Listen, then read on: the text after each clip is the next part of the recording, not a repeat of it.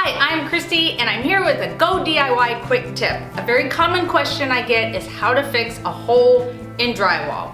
So today I'm going to show you exactly that. And all we need is a putty knife and some spackle. I prefer this spackle by 3M. It is a primer as well, so once I have it sanded at the end, paint goes on so smooth. So let's go ahead and get started. The first thing I'm going to do is prep my work area. And if you didn't see the previous video on uses for face masks, be sure to click the link at the bottom, because this quick little tip here will catch any putty that happens to fall down. So the first thing I want to do is just scrape and make sure that this is a smooth area to start with. I have a little bit of drywall, just kind of fuzz sticking up there, and I don't want that in the way. I don't want to have to sand it or anything like that. So now we just go ahead. I usually put a little bit of putty on the corner to start with. That way I can use that to fill in that hole.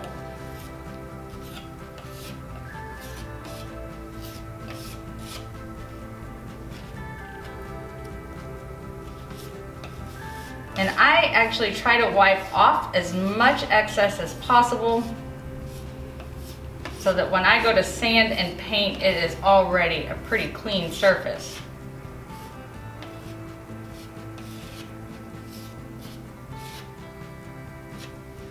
And that's that. So we'll let this dry. I'll come back, sand it with like maybe a 220 or a 320 grit, and then paint, and then we'll be done.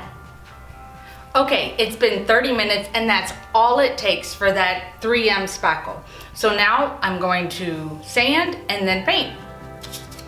And as I mentioned, I'm just gonna use a 220 grit.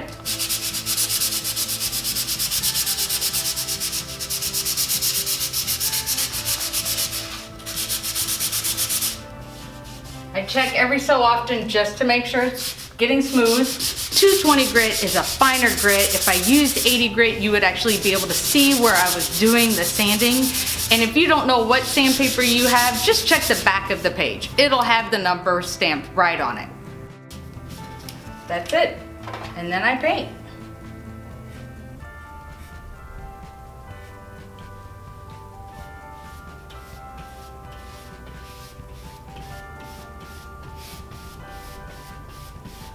And when I paint this spot, I always feather out, and this will help avoid being able to see where that spot was before. So that's all there is to it.